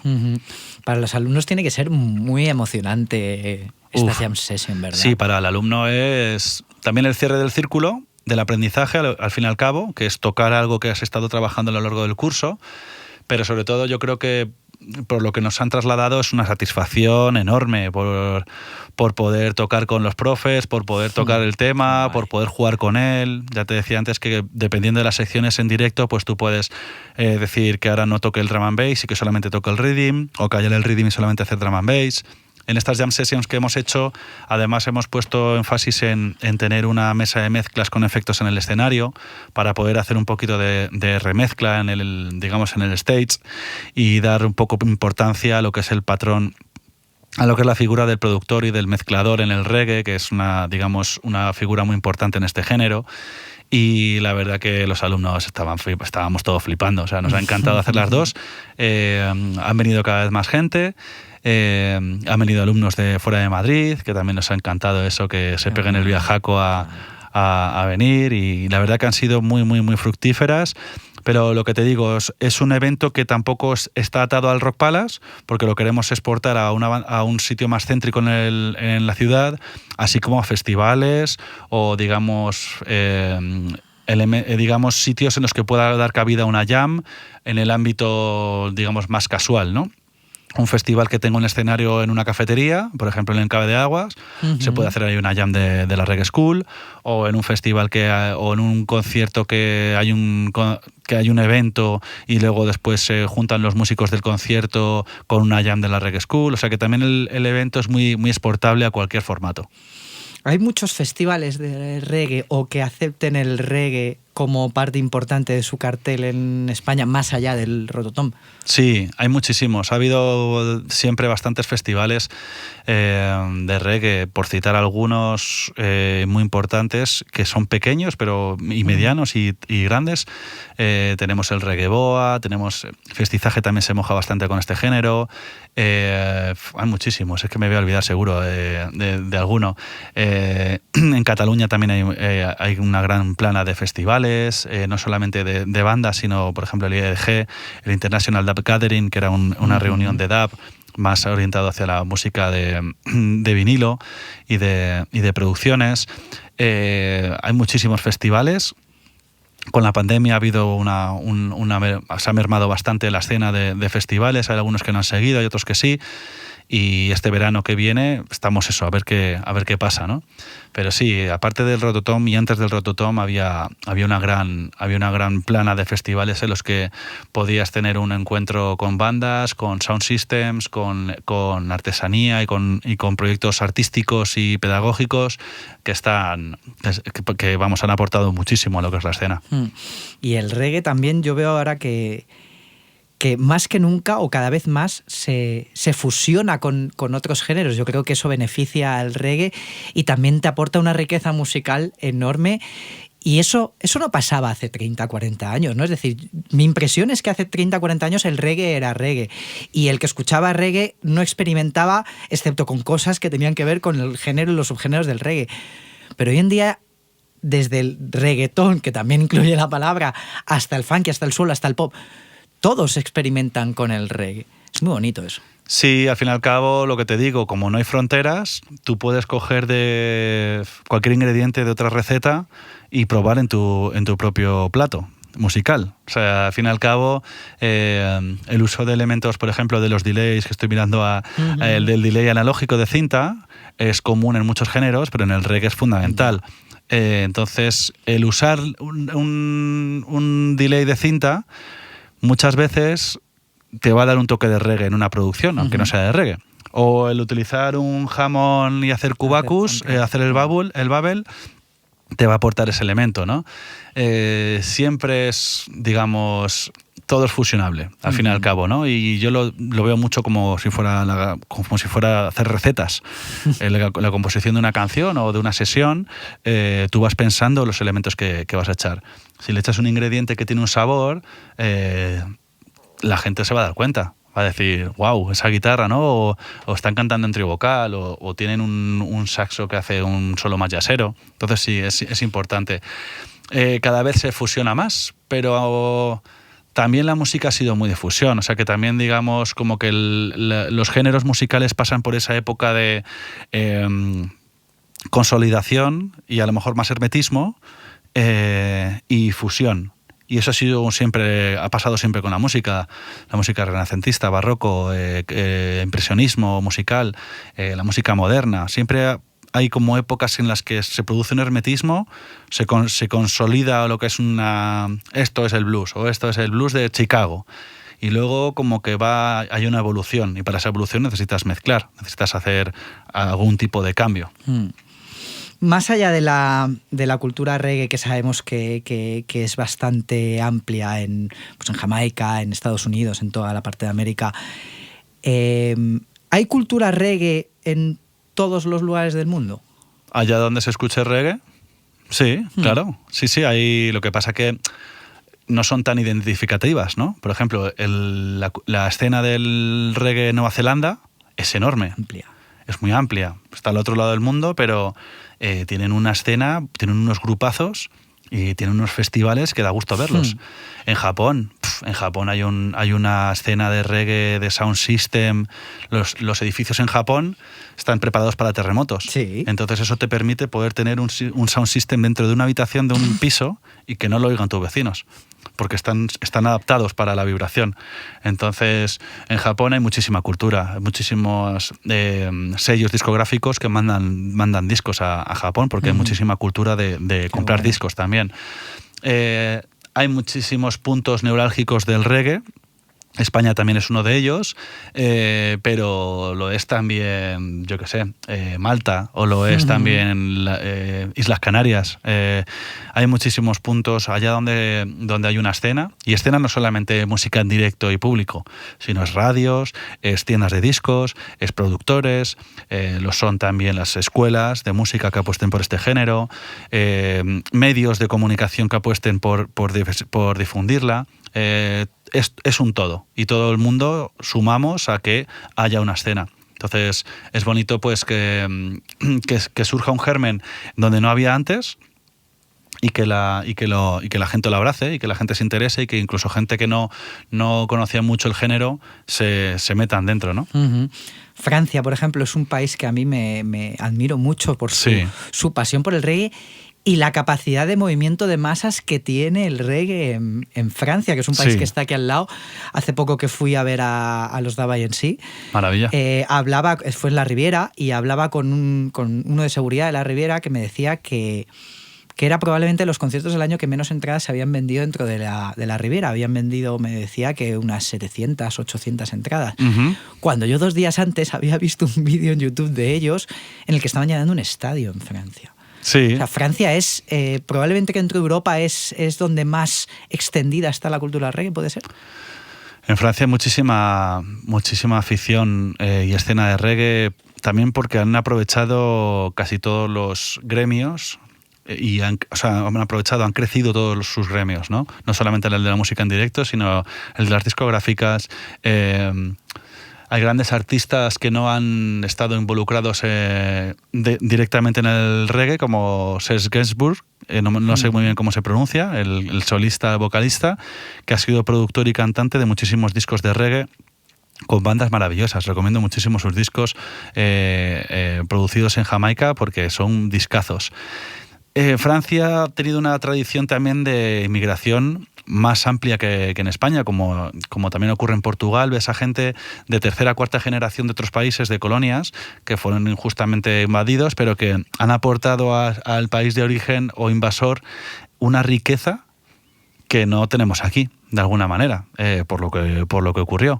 Entonces, digamos que todo eso suma, aparte de lo que hablábamos antes, de las condiciones que tiene el gremio de los músicos y de la industria musical, todo suma para que haya una escena de reggae brutal, y que el reggae se considere como un género más en el país.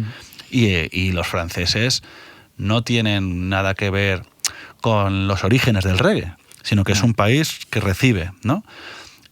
Como puede ser España. Pero simplemente haciendo la comparación de un país vecino como Portugal, como con Francia, en Portugal pasa más o menos lo mismo. Yo cuando estuve viviendo en Portugal, hay una escena de reggae y de reggae fusión increíble. Unos sound systems, unas bandas brutales, unas tiendas de discos muy buenas. Pero claro, es también la atención que recibe. Si no se riega una planta, se marchita igualmente. Entonces hay que atenderlo, claro. También hay, porque hablábamos antes de la dificultad para encontrar o para informarte y enterarte de eventos de música en directo reggae, Pero en cuanto a temas sound system, llamémoslo fiesta nocturna con música reggae, también hay tradición, hay lugares en Madrid y en España donde podemos disfrutar de una fiesta hasta las 3 de la mañana con música reggae. No sitios como, digamos, lo que yo he visto, y mi experiencia no son lugares en sí, como puede haber en Londres, que pueden hacer los University of Dub, que son sitios puntuales que sabes que ahí hay fiestas de música de sound system, música reggae en general. Son bastante itinerantes los bailes que hay en España de sound system, primero porque no hay un espacio reservado a que haya un sound system. Ha sido muy difícil meter sound systems en plazas de barrios, en fiestas de barrios o en centros sociales o en salas. Yo colaboro con un sound system que se llama Echo Chamber Roots Hi-Fi. Llevamos unos cuantos años y hemos tenido la suerte muchas veces de poner el sound system en una plaza de un barrio. Y eso ha sido la mejor experiencia que he tenido yo en la vida, porque venía gente que era del barrio, o gente que venía del reggae, o gente que pasaba por ahí, de repente le ha encantado y se ha quedado a tomarse una Fanta o lo que fuere en el baile, ¿no? En eventos diurnos. Pero no hay algo así, digamos, no hay una sala que albergue sound system. Sí que hay salas, que hay sesiones de disc jockeys que tienen su propia PEA de escenario y utilizan la PEA del local para poder bailar, para poder generar una fiesta, ¿no? Pero sound system, no hay sitios físicos que yo crea que no los hay. O sea, antes había naves, había, digamos, eventos más de carácter más privado, pero no hay, como es en Londres. Nos saca muchos años, pues. Londres ha sido siempre una referencia en este aspecto, ¿no? En el sound system, por toda la cultura de Notting Hill, por todo. Entonces, bueno, puede haberlo. Lo que os tiene es eso, que no se considera la música como ruido, es el primer factor para una administración. Entonces, y también para los vecinos, que eso suelen quejar, ¿no? Entonces es importante ver que es una parte cultural, que aparte que puede convertirse en una fiesta, puede ser una fiesta de una celebración, pero que sobre todo es un contenido cultural y social. Una fiesta de sound system, un momento de baile, tienes que ir buscándolas igual, por los colectivos, por los blogs, por las radios, por los Instagrams o Facebooks de gente que lo pueda estar moviendo. Tienes que ir buscando, porque además que se convierten en eventos bastante underground, claro. Porque cuanto más conocidos son... Casi clandestinos. Sí, digamos. Al fin y al cabo se junta un poco con la cultura rave en ese aspecto, ¿no? Claro. Porque son sitios en los que suena música muy potente, y suelen ser ilegales. Es que suene la música tan fuerte, ¿no? Entonces, por las medidas de seguridad de los sitios. Entonces es muy complicado, es muy complicado. Nosotros como colectivo aprovechamos la oportunidad del Ayuntamiento del Cambio, como Manela Carmena, y en ese momento entraron en muchas asociaciones de vecinos y en barrios gente que apostaba por el sound system en un evento de barrio, en el Scalestric de Pacífico, o en el barrio Salamanca, o en el Parque de Vaperón, con más casetas, hacían chotis y paso doble, y luego había sound system por la tarde. O sea, es que había sitio para todos, ¿no? Hasta ese momento no había habido ese momento, yo creo, no lo había vivido yo en Madrid con sound system. Y después de ese momento, con la llegada del PP al ayuntamiento, se ha cortado totalmente, de la comunidad se ha cortado totalmente esos eventos, a espacios muy privilegiados, digamos, muy escasos, tipo Tabacalera. Quizá puedes encontrar algo ahí, poco más. ¿Y tus proyectos musicales? Háblanos un poco de ellos y dónde los podemos encontrar también. Pues el proyecto que os comentaba antes de Sound System, Echo Chamber Roots Hi-Fi, es un proyecto de Sound System de colectivo sonoro, que digamos somos varios compañeros. Ahí desempeño mi faceta más de cantante. Y digamos, en un sound system también trabajas de muchas cosas, no solamente voy con el micro y a cantar, sino que construimos los altavoces, programamos las sesiones, dotamos de contenido las sesiones, pues hacer una exposición, hacemos una charla con gente que necesita dinero, o financiación para un colectivo, etcétera. Más proyectos en los que estoy involucrado, aparte de Reggae School, es en el estudio en el que nos encontramos, en Estudios Estrella. Es un sello discográfico independiente, especializado en música reggae, aunque también trabajo varios estilos, aledaños, funk, blues, soul, afro. En este estudio, pues que llevo más o menos 5 o 6 años, he producido algunos discos que no han tenido mucha notoriedad, pero que han tenido mucha satisfacción personal y mucho aprendizaje, sobre todo, ¿no? Sobre todo EP, singles de otros artistas como Isidro Server, Nicolás Navarro, Tocando Fibra, una banda de Alicante, y otros proyectos pues que vendrán en un futuro que tengo que producir. Y luego mi otra faceta, digamos, es más de intérprete musical, actuando pues como banda base, que nos llamamos la Rootskank. Es una banda base que sirve de soporte para cantantes. En este caso solemos trabajar últimamente con un cantante que se llama Nito Dred, de Cataluña, y con una cantante que vive en Alicante en estos momentos, que se llama Virginia Rivera. La Rootskank, digamos, hemos llegado a tocar con artistas, hemos tenido la suerte de tocar con artistas como Al Campbell, como Michael Prophet, que son artistas internacionales de los que hemos aprendido muchísimo. Y bueno, es un tipo de formación que es curiosa porque es una banda base que se aprende el repertorio de un cantante y lo intentábamos elevar hasta el máximo exponente. Pero son bastante conocidas este tipo de formaciones en el mundo del reggae, porque son, digamos, una tradición que se lleva haciendo, pues como Mighty Megatons, que es una banda más rocksteady, más early reggae, que trabaja con Orpheus, con Keith and Tex.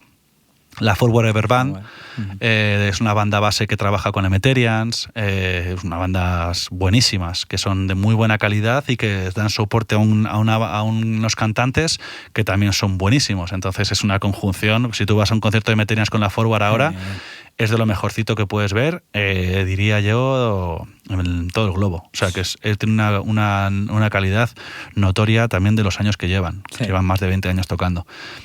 Y más facetas, pues me encantan las plantas, me encanta el deporte, estar con el cine, la música, los libros, la cultura en general, cocinar, pero proyectos así consolidados: Estudios Estrella, Reggae School Music, Rootskank y Echo Chamber Roots Hi-Fi. Apuntados, guay. ¿Y Reggae School Madrid, hacia dónde va a ir este 2023? Reggae School Madrid. Objetivos. Objetivos claros a medio y corto plazo es sacar, digamos, llegar a más gente. De alguna manera, por medio de las jam sessions, como te decía, de exportar las jam sessions a otros formatos, como la elaboración de talleres. Estamos pensando en la elaboración de talleres en sitios, digamos, educativos. Pueden ser escuelas de barrio, academias, escuelas especializadas, universidades que ofrezcan cursos de magisterio, de musicología, etcétera. Digamos, una especie de clinics o de masterclass en la que podamos introducir a la gente que estudia allí al género del reggae. A nivel práctico nos llevaremos los instrumentos y haremos ejemplos gráficos y sonoros con la gente que esté allí, sacarla, venga, vamos a tocar esto, enseñarlas qué es el reggae realmente en la tocata, en la historia y en la cultura, y de dónde viene y hacia dónde puede ir. Eso es una parte de nuestro proyecto que queremos consolidar. Por otra parte, estamos elaborando una serie de métodos, digamos, partituras, cursos online de manera diferida, digamos, para poder ofrecer nuestros servicios a gente a personas que estén interesados en aprender, pero no de una manera continua, sino que puedan descargarse el curso de batería de reggae de los 70. Y se lo descargan y se ven ahí unos vídeos con sus partituras, etcétera. Cuando ellos quieren. Claro, eso conlleva muchísimo trabajo a la hora de reunir todas las canciones, los métodos y tal, y luego elaborar los momentos, lo que son los audiovisuales, pero estamos con muchas ganas de hacer eso porque no hay nada. Hay cosas hay libros, folletos. Mira, hay un proyecto que me gustaría mostrarte, que es un libro que se llama This is Ska, que esto es una de las primeras inspiraciones que hemos tenido para poder hacer estos métodos. Es un libro que ha publicado Josep Blanes, que son todo partituras de ska, en viento, ¿no? En vientos. Sí. Pero bueno, yo lo utilizo muchísimo para canto y para teclado, porque viene una información y un bagaje, un cancionero buenísimo, digamos, del principio del reggae, sobre todo momentos fundacionales, de Scatalites, de, bueno, unos temazos, de Sky, de Early Reggae, que luego se han llevado mucho al Roots. Y queremos hacer algo así, parecido a esto, queremos hacer algo un poquito más audiovisual.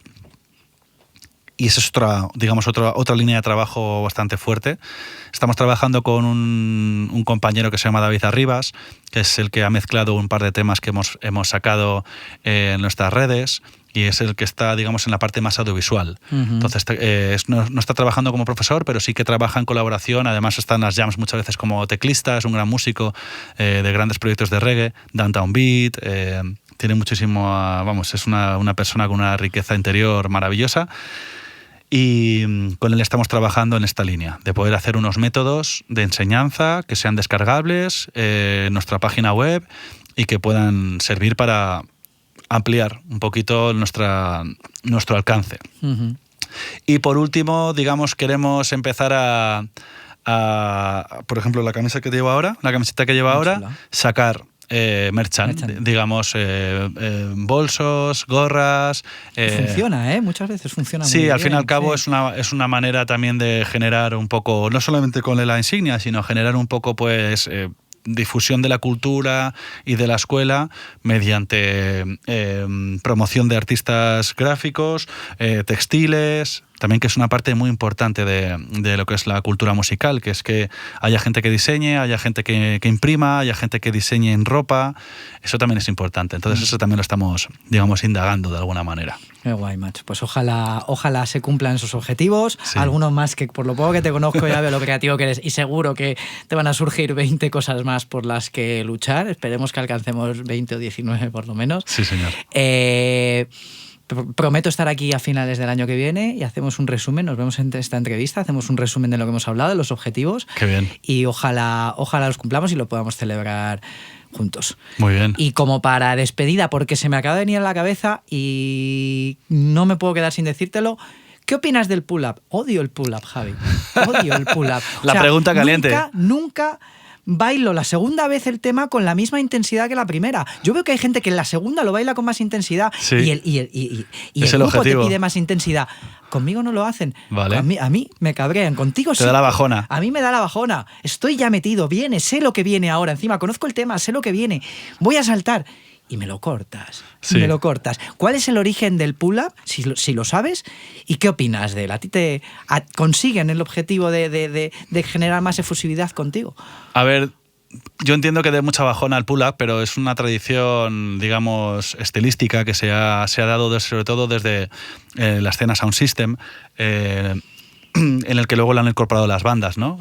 Con banda también se suele hacer bastantes pull-ups, en música sobre todo más tirando de 80s hacia arriba, de ragamuffin, pero digamos yo lo veo como una especie, por un lado, de conexión con el público, porque muchas veces en las fiestas o en los bailes la gente está ahí hablando de sus cosas, que es normal, y de repente ponen un temazo y te das cuenta cuando han pasado ya 15 segundos. Entonces lo que suelen hacer, y por lo que yo creo que se originó, es el cantante o el MC, ¿no? El maestro de ceremonias está ahí, dale otra vez al tema, la gente se da cuenta, bueno, vamos a hacer un poco de ruido por este temazo tal, y lo pones otra vez desde el principio, que se oiga desde el primer redoble. Digamos, yo creo que lo escuchen, porque lo oyen de fondo, pero no lo escuchan. Yo creo que es una manera de mostrar respeto a la canción desde el segundo cero. Eso, digamos, sacándole el lado positivo.